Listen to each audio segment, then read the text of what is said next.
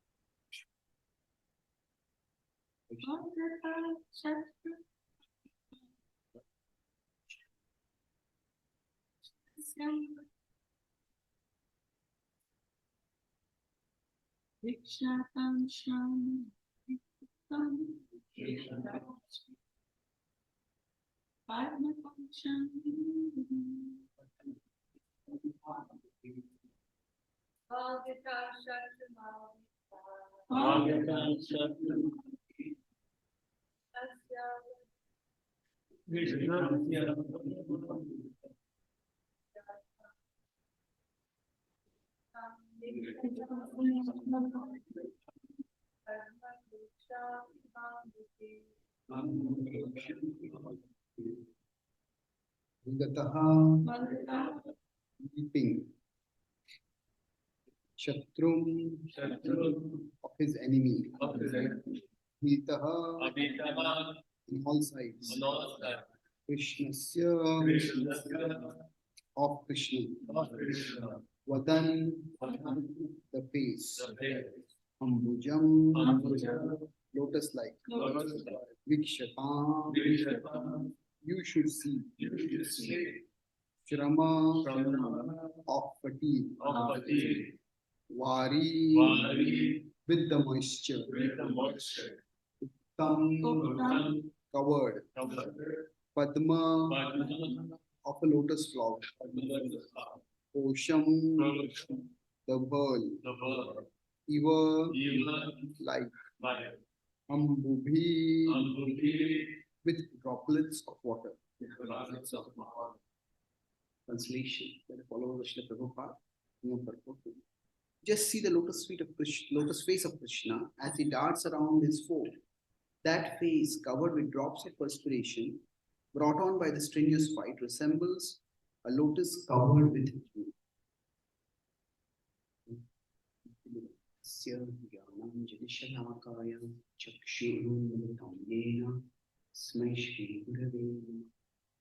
Nama Om Vishnu Padaya Krishna Prishtaya Bhutale Śrīmate Bhāgavatam Swami Namine Namaste Saraswati Devi Gauravani Pracharine Nirvishesha Shubhvadi Paschatya Deshatarine Vancha Kalpataruscha Upasindubhya Evacha Patitanam Bhavnebhyo Vishnu Namo Namaha Shri Krishna Chaitanya Prabhu Nanda Shri Advaita Gadad Shivasati Gaur Govind Hare Krishna Krishna Krishna Hare Hare Rama Hare Rama Rama Rama Hare Hare.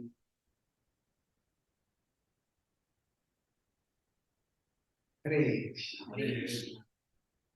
Today morning, we are in a dramatic phase of the Śrīmad Bhāgavatam, where Krishna has made his entry to the what might contemporarily be called the big leagues. So it's like suppose there's some sports player, maybe tennis players playing in some local class, and then suddenly the player comes to a Grand Slam tournament, the US Open, Wimbledon. They're just defeating one champion after another. That's where a person will become globally known, become a celebrity. So Krishna has been in Vrindavan. In Vrindavan, he has been doing extraordinary activities. But there was no social media at that time to show Krishna. Actually, you have some YouTube clip showing how Krishna killed this demon, how Krishna killed that demon. From the rest of the world's perspective, that Krishna went, that the demons went to Vrindavan and just didn't come back. Now, Kamsa thought that before they were still killed by Krishna, but nobody had seen, nobody outside Vrindavan had seen Krishna in action.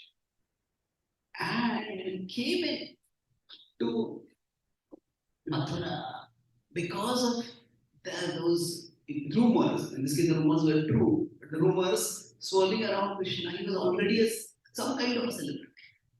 But he's not that big a celebrity. People were attracted to him when they saw him. And Krishna had already killed the demon, the elephant Goloka when he came in. But it's one thing to have a conflict, to have Krishna as a small child doing the extraordinary Bala freedom, killing demons. But now in public, when he has to face these powerful wrestlers, the first thing that struck most observers over there was the seeming unfairness. Krishna is a small child, and these are deadly wrestlers. That theme runs through the most of the expression that are there. There is the audience, there are many emotions they experience. There is marvel at Krishna's beauty. And then along with that, there is fear. Fear, what is going to happen to Krishna? If you look at several verses over here, these two themes run constantly. They find him extremely attractive, but at the same time, they fear. And that theme is there in this verse also. While this verse seems to be saying that, just behold, Vikshatam, see how beautiful he is. His face, there's drops of perspiration on his face, like drops of lotus, of the waterfall lotus. His face is being compared to lotus pond. So then that's a sign of beauty. But at the same time, the acharyas are commenting over there that this sweat that is being formed indicates that he is being exhausted. And he's exhausted because it's an unfair fight. So right from the beginning, they're trying to say that this fight should not occur. Krishna is a small child. Kamsa and the other wrestlers, they override the objections. He can fight with us. But they're saying he's exhausted. So, looking at this broader picture, I will focus on one theme, that is Krishna's beauty, is it subjective or is it objective? Recently, I was asked a question on my website that, I don't feel attracted to Krishna. You say Krishna is all attractive, but I don't find him attractive, so attractive. So there is that saying, beauty is in the eye of the beholder. So is that really true? So is it that if every soul is a part of Krishna, then and every soul is ultimately loving Krishna, then why is it that some people find Krishna attractive and some don't? So is this a matter of subjectivity? So I'll talk about 4 broad levels in the progression. See, there is material subjectivity, there is material objectivity, there is spiritual objectivity, and there is spiritual subjectivity. So, and these are, so I told him that this is not so much subjective or objective as it is level specific. That there is of course subjectivity and objectivity, but it's more a matter of level of our consciousness. So in quantum physics, a word is used state specific. That depending on the state of the observer, the observed reality changes. So something similar. We explain what it means. That when we perceive the world, okay, some now people say that now if we just consider the idea of beauty, is beauty subjective or objective? Well, some people say it's completely subjective. When two people are in love with each other, the person they feel this other person is the most beautiful person. Nobody else compares. Poets make songs about it. And now we generally would call this an infatuation. That this person is infatuated. Now, having said that, the idea that this was the most attractive person in the world, that we could say at one level is just infatuation. So we could say beauty in that sense is subjective. Here I'm talking primarily about material beauty. Now, having said that, we also know that there are 6 opulences which Krishna gives. And among these 6 opulences, one is beauty. Shri. And we also understand that when people in this world have one of these opulences, say somebody has wealth. Now, is wealth subjective or objective? Well, at one level it is objective. Some people are wealthy enough, they live in bigger houses. And some people, if we consider intelligence, some people have a better IQ than others. So there's no denying that. So it's not just a matter of subjective. So we can say that beauty being one of the opulences is also objective. If somebody has beauty, that indicates that they have done some past good karma, because of which they have got one opulence of Krishna in some fragment. So now we could of course say that the extent of beauty, who finds whom how beautiful, that can vary from person to person. But still there is some objective sense of beauty. Now this radical differentiation between subjective and objective, beauty is not objective, it is subjective. When people say this comes from one particular worldview, which is what needs to be challenged. That is the scientific or specifically reductionistic worldview, which claims that objective reality has to be measurable.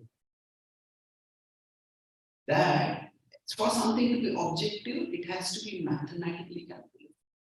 But the fact is that objective doesn't have to be measurable. It's not the same. There can be objective realities which may not be measured. Maybe if you consider the 3 levels of reality, the soul, the mind, and the body.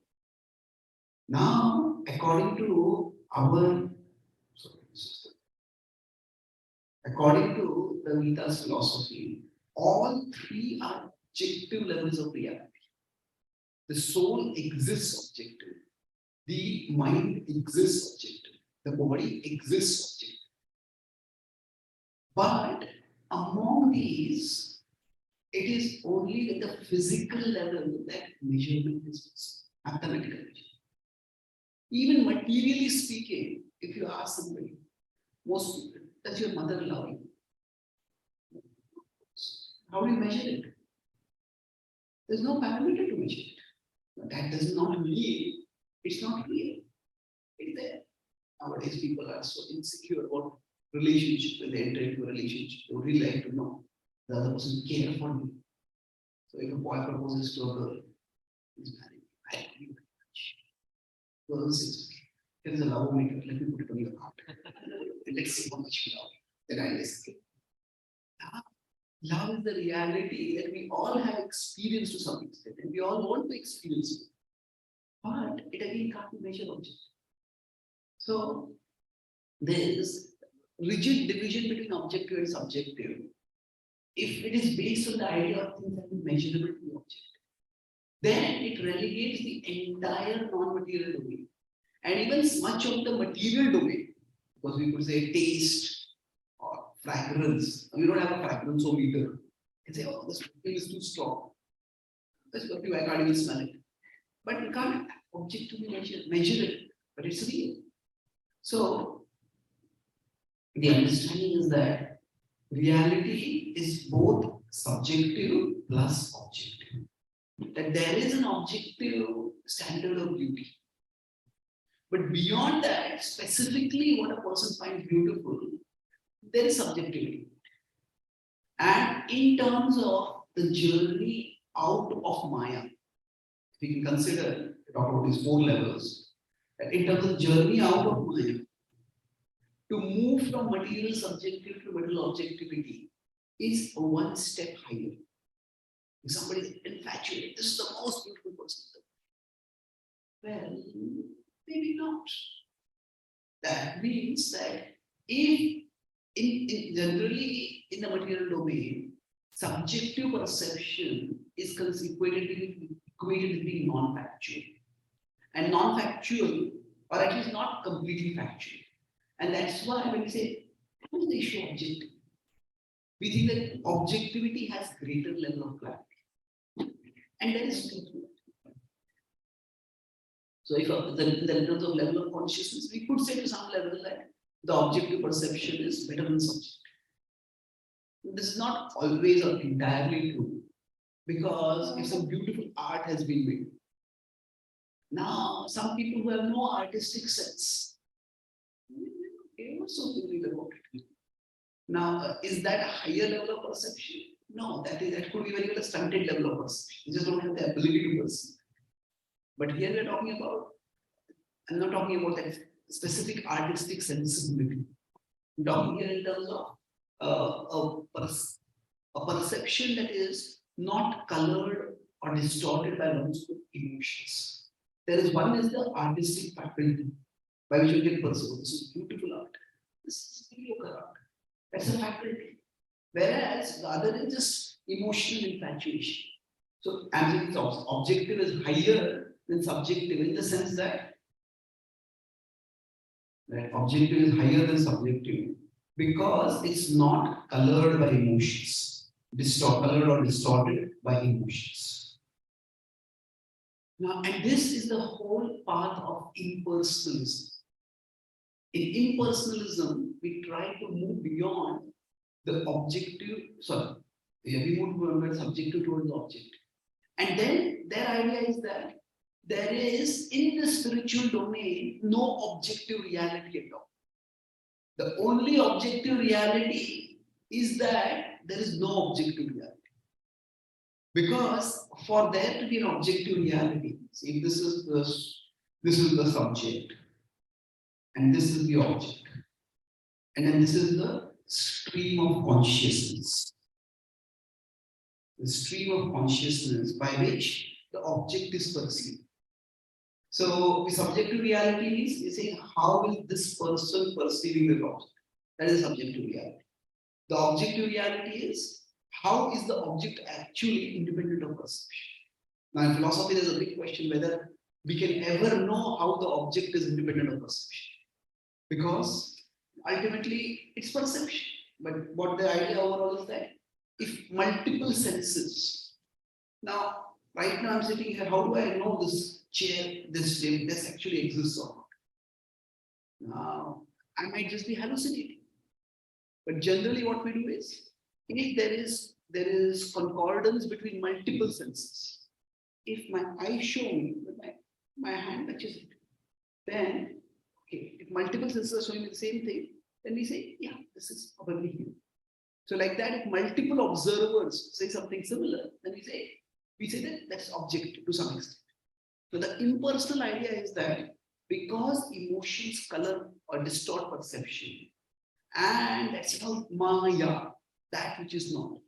We perceive what is not real as real because of emotions. And emotions are associated with the act of perception. So what their idea is, their liberation, sometimes we think that the subject and the object merge. And that is liberation. Like I am God. So the subject is we as individuals, the object is God. They say, I am God, that I'll merge into God. That is their idea. That is generally the idea of liberation. And yes, many impersonalists convey this idea, but this is actually a deviation from traditional impersonalism.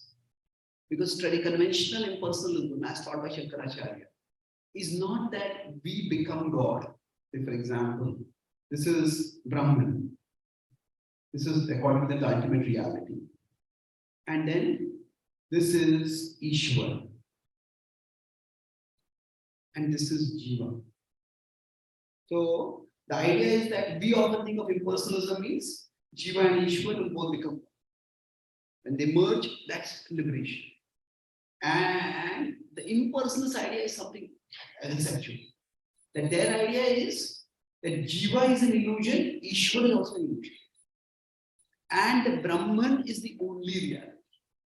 So for example, in this particular case, they say that complete non-illusory perception is when there is no object to perceive and there is no subject to perceive. There's only the stream of consciousness. So that's why in their case, the objective reality is basically just the stream of consciousness. So spiritual objectivity is that level of reality where actually there's no object to perceive. In that sense, there's no experience. So, and that level of realization, that level of experience, that level of, although they say that it's beyond perception, that level of perception, that they call as Brahman. So now, in English, there are two genders. There is male and female. In some other languages, there are more genders also. So in Sanskrit, there's a neutral gender. So when Jiva Goswami, he analyzes in Namam Vyakaran, the Brahman as conceived by the impersonalists. He says that he classifies that Brahman as having neutral gender. Not that he classifies. Many places in the scripture always described like that. But he says that it is neutral gender. Why? The point is that this Brahman, we call it the ultimate reality, or that the impersonal is called the ultimate reality. But it has no potency at all. It is completely, in one sense, impotent. Because all potency, all potentiality, all activity is in the domain. So this idea of objectivity is at one level illusion. But this is not the only idea of objectivity. We said that the subjective domain is there, the objective, as I talked about, is 4 levels. We go from material subjective to material objective. From material objectivity, there is spiritual objectivity. So in the spiritual objectivity, for example, there is an understanding that there is hierarchy. There is Jiva Tattva, and then on top is Vishnu Tattva. And in between, of course, we have Shambhu Tattva. Now, there is an objective parameter. Like in the Bhakti Rasamrita Sindhu, it's described how there are 64 qualities that characterize Krishna. And then anybody in the Vishnu Tattva has 60 qualities or more. And then there's a description, 55 qualities, 50 qualities, Shambhu Tattva for the highest amount of Jiva Tattva. Now we may say, how can you define the absolute Lord, the ultimate Lord, who is, as Ramanacharya says, Ananta Guna Sampanna Narayana. Ananta Guna, he's filled with unlimited qualities. Yes, that is true. The Lord has unlimited qualities. But there are different frameworks used to appreciate the glory. So you may say, why only 6 opulences? The Lord has unlimited opulences. True. But when we are trying to analyze in a particular way, we use a particular framework. The Lord outgrows every frame that we may use for understanding. And yet, every frame can help us to understand. It's like you look at a magnificent mountain. Okay, we have a particular frame. We look at it from this perspective. But the mountain is much bigger than our frame. Then we move backward and we look for bigger. And it's still bigger. It's still bigger. But if there is no frame at all, we'll never be able to appreciate it. So the idea is that yes, the Lord has unlimited quality. But this arrangement hierarchically, 64 or 16 Vishnu Tattva, then 55, 50, that is meant to indicate that there is a degree in the manifestation of opulence at different levels of life. And from the objective perspective, divine opulence is manifested most in the Vishnu Tattva.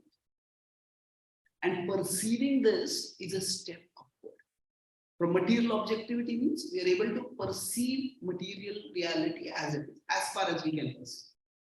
But spiritual objectivity, the spiritual objectivity does not mean that there is quality-less reality.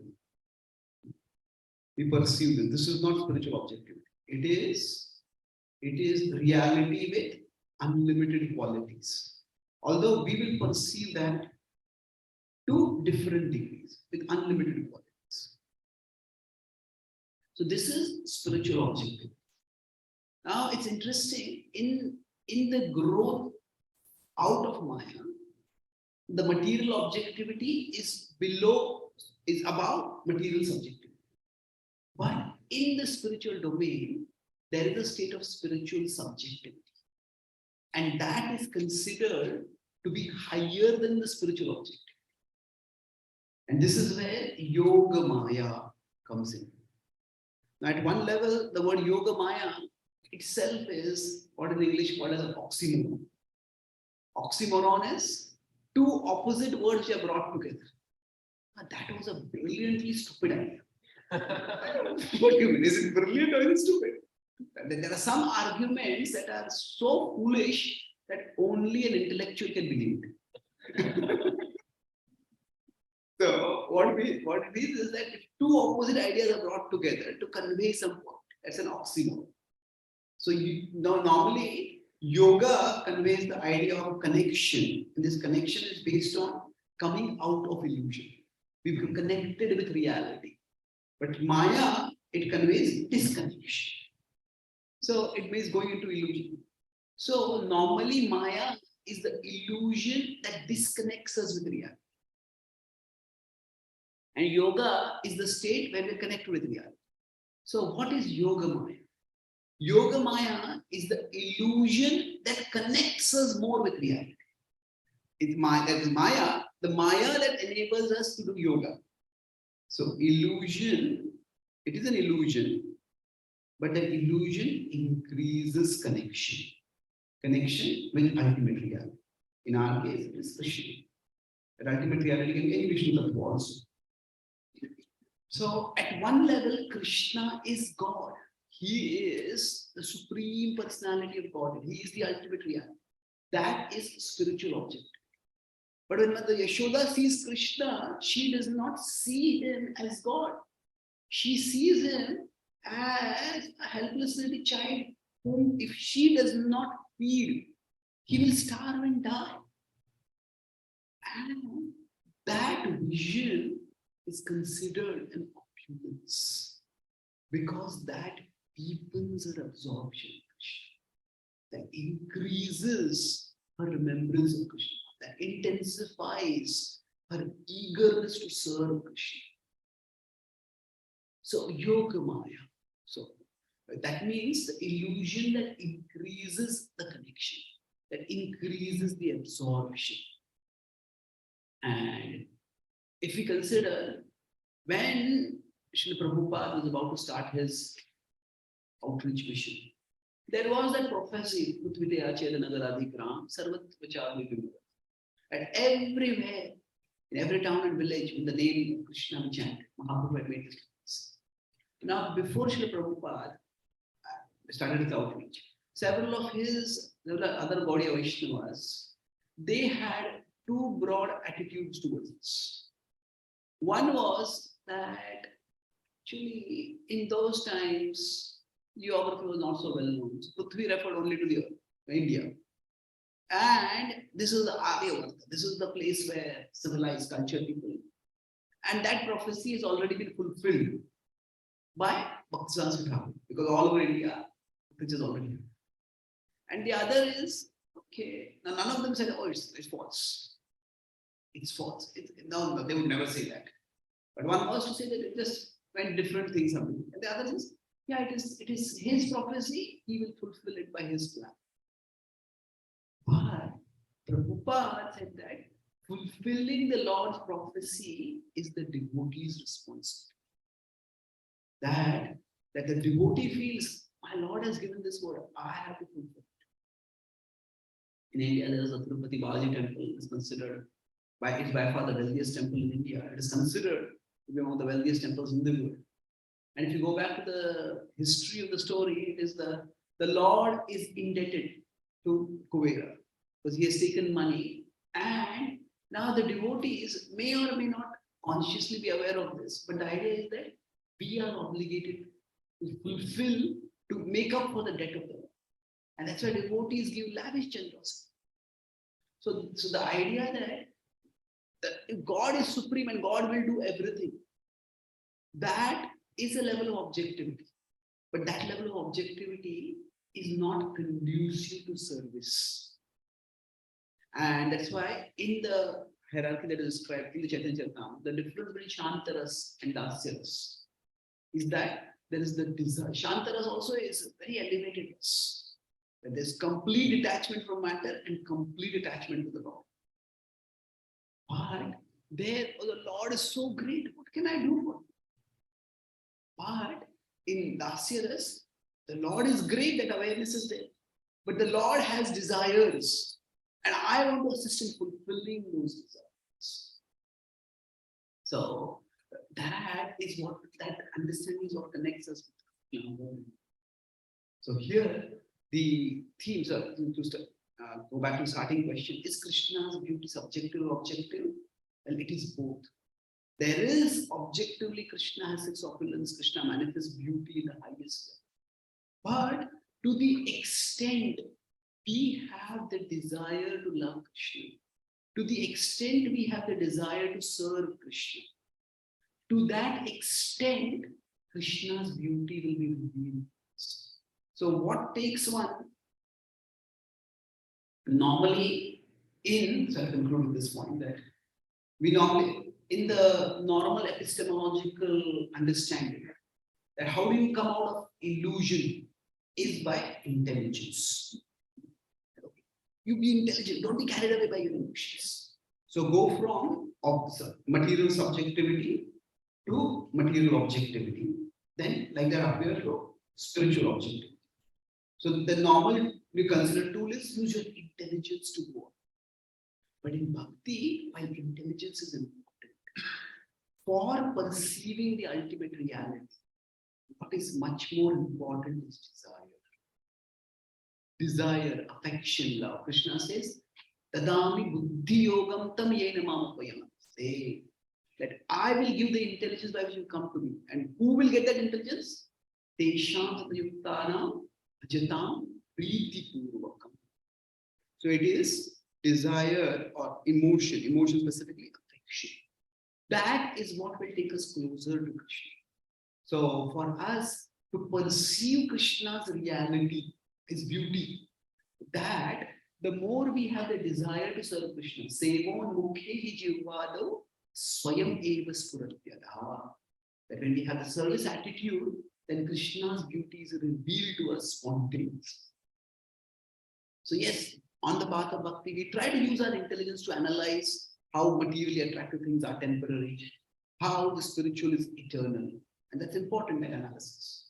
Ultimately, if we want to deepen our connection with Krishna, what we need is that desire to serve Krishna. And that was Srila Prabhupada's greatest legacy.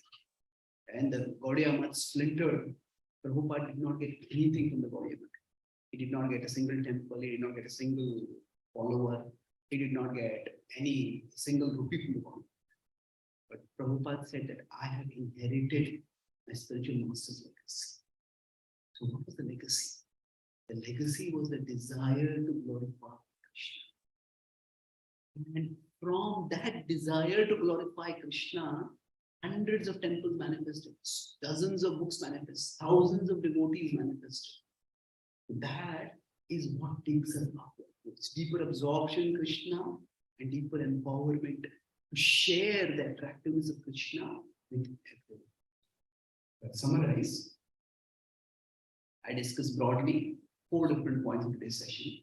First, I talked about how in this particular context, at one level, Krishna is God, but the devotees are saying that Krishna is feeling exhausted. So they're appreciating his beauty, but there's also the beauty plus fear. There's marvel of his beauty, and there is fear of harm for him. So how is this fear there if he's God? We talked about how we discussed about ways like subjectivity and objectivity. So the 4 levels I discussed. And then we discussed that from material subjectivity to material objectivity, when we go, then the problem is that in material domain, often objective is equated with measurable. And that's why much of what is considered, what may be objectively, what may be real, but is not considered objective is because of measurable. But in the Vedic philosophy, the physical, mental, and spiritual, all of them are considered objective, even if they may not be strictly measurable in a mathematical sense. And this idea of objective as non-personal. So in material domain, the objective is equated with measurable. That is a mistake. In the spiritual domain, the objective is equated with having no attributes or no emotion. That is also an illusion. And that we discussed how in the spiritual domain there is objectivity, and that objectivity enhances the beauty of Krishna. So it is through desire and that we both go to the subjective domain that increases our absorption. Thank you very much. Śrīmad Bhāgavatam ki, Śrīla Prabhupada ki.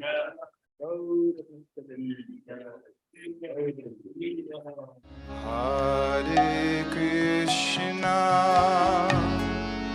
Hare Krishna, Krishna Krishna,